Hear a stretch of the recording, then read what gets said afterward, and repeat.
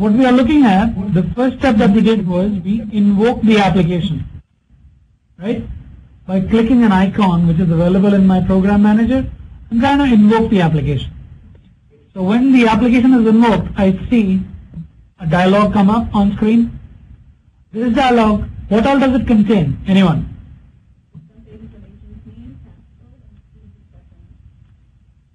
Objects like agent name, password, and button. Always when we start looking at the object, start from the highest level. So what is the highest level of the object that you have here? The window or the dialog box. So the login dialog box, right? And in that login dialog box, there are some other objects. What are the other objects? Agent name. So I hear agent name, I hear password, I hear picture, and some buttons, right? So how many objects exist in this? And 6 are agent name, password, 3 buttons and an image. Does everyone agree? How many objects do you see on this screen at this point in time? Just is 6, right? Any challenges to that? Other than the login button, the currently sharing button. Yes, so login is not a button, login is the dialog box in which currently sharing is a image that you see because I'm sharing my screen. What about the agent name label?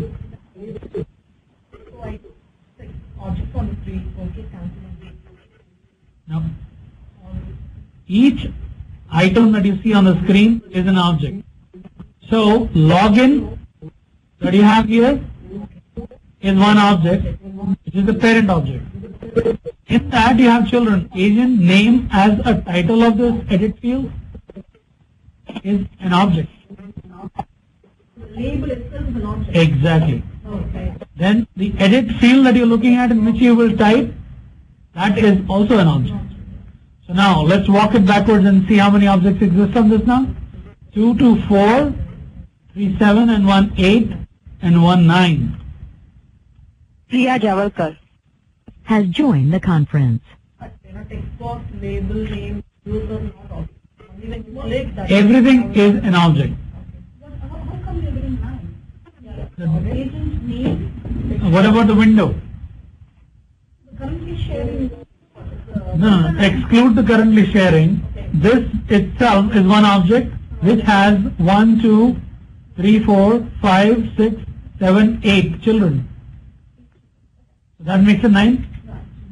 Each of these that you're looking at has separate characteristic by which the operating system can uniquely identify it. Right? How is OK identified as a different object than cancel? Because it has, well, you don't know the functionality. You're just looking at the label. So the label in these two identifies them as unique objects. Correct? And there are some differences between OK and cancel button as well. What are the differences? Font is same. Not yet. OK is enable and cancel is. There you go. OK is focused and cancel is not focused. Also, if you notice, I don't think this has accelerated. So why are we going through this exercise? Because in our functional testing, as QA engineers, we need to understand each and every object type, how the object type is different than the other, and what are the features and functions that lie behind the object. The agent name label that you have, is there anything that you can do with that? No, that's static. You cannot modify it, you cannot change it. What about the agent name edit field? That edit field can receive input from the keyboard. Right? So when you type in from the keyboard, what are the options that you have?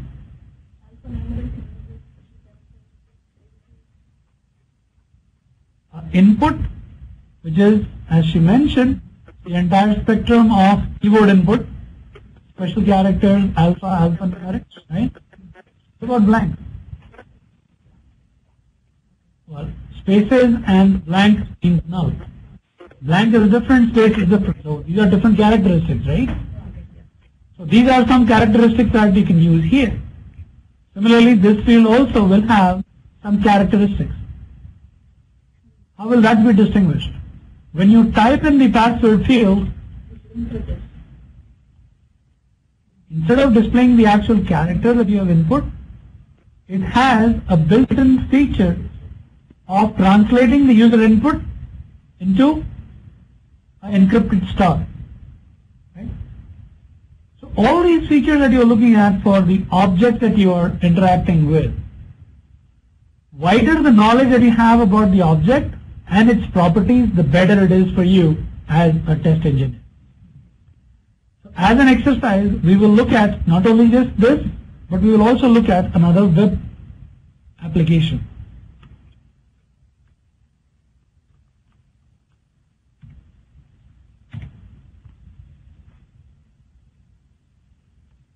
So starting with the team online, I want to know what all you see on this. Aina, what do you see on this page? Aina? I think Aina is not connected. So let's go with Nupur. Nupur, what do you see here? Oh, I see a web page for Aruba. Okay. It's like it's like a resort, some kind of resort, Hello? and there are members. Okay, all right. So Yeah, Nupur is and, suggesting that this is a website in which there are various sections. Right? Let's try and understand what is going on here. This part of the website that you're looking at is called the left navigation. Why is it called navigation? Because these are navigation links.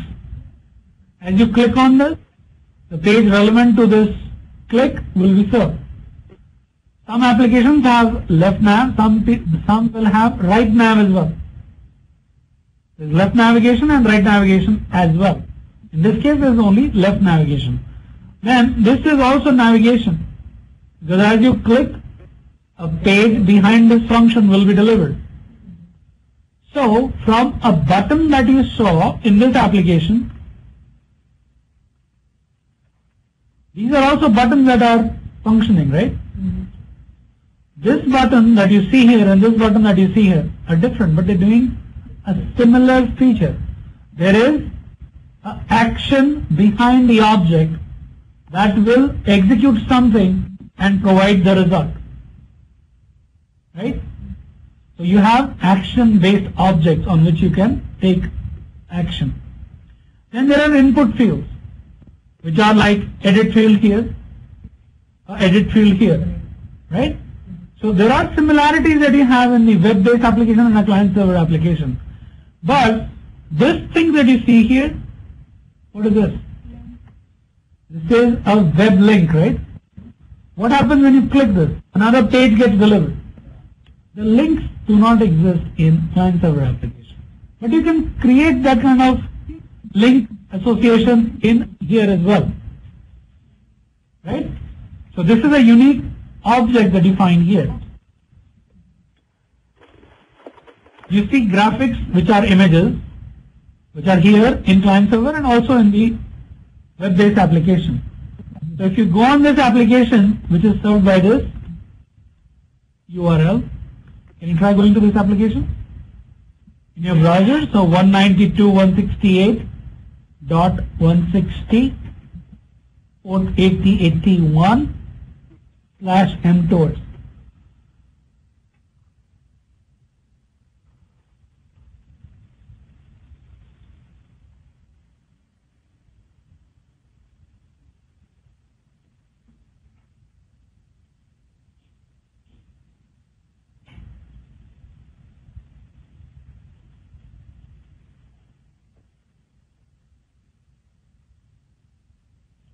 Yeah, you can be here if you want. You can use any machine. Do you see the same page? Username as Jojo, J-O-J-O, and the password is DEAN. D as in boy.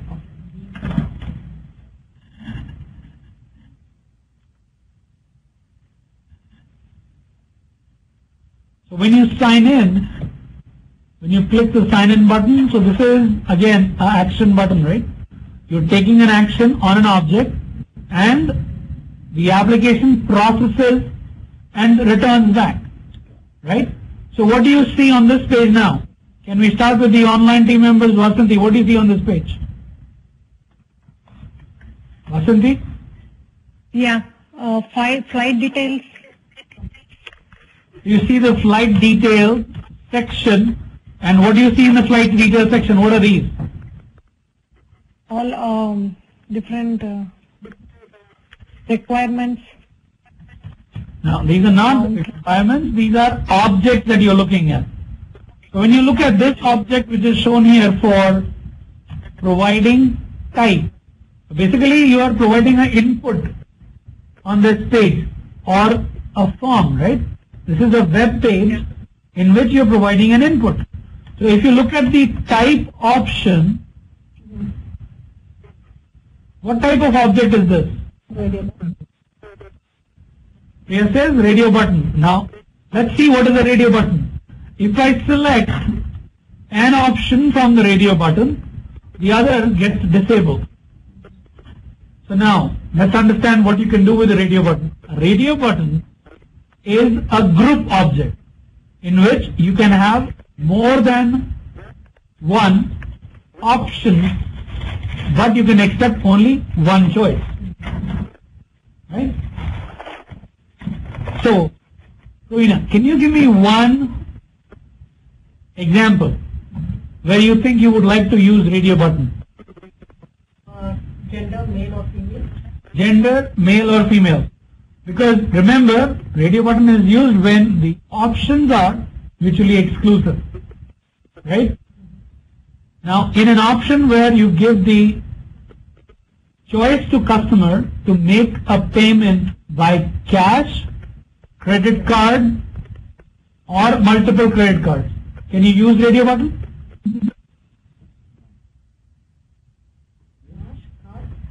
Yes. Remember the question. Multiple cards. If I want to give the option of accepting a payment from the customer, that you can pay me by Macy's, MasterCard, and or Amex, and or, so in that case, I cannot use this option of radio button, right? You have to use another option which is Checkbox. checkbox. The tick option is a checkbox. So when you're looking at radio button, you're looking at mutually exclusive options like gender. When you're looking at checkboxes, you're talking about possibility of multiple options. Where would you like to use that, sir? Drop-down box? Not going to drop down yet. Checkbox. Checkbox is an option where you can accept multiple choices from your user. So I want you to give me an example of your understanding. Where do you think you can use checkbox? Payment option, you can go for cash. So you can accept cash and or card. Okay, that's one. Any other example? Always remember, 2 examples is the best. Third example is bonus, because if you give the third option as the third example as well, then I know you understand the concept very well. Price line you go to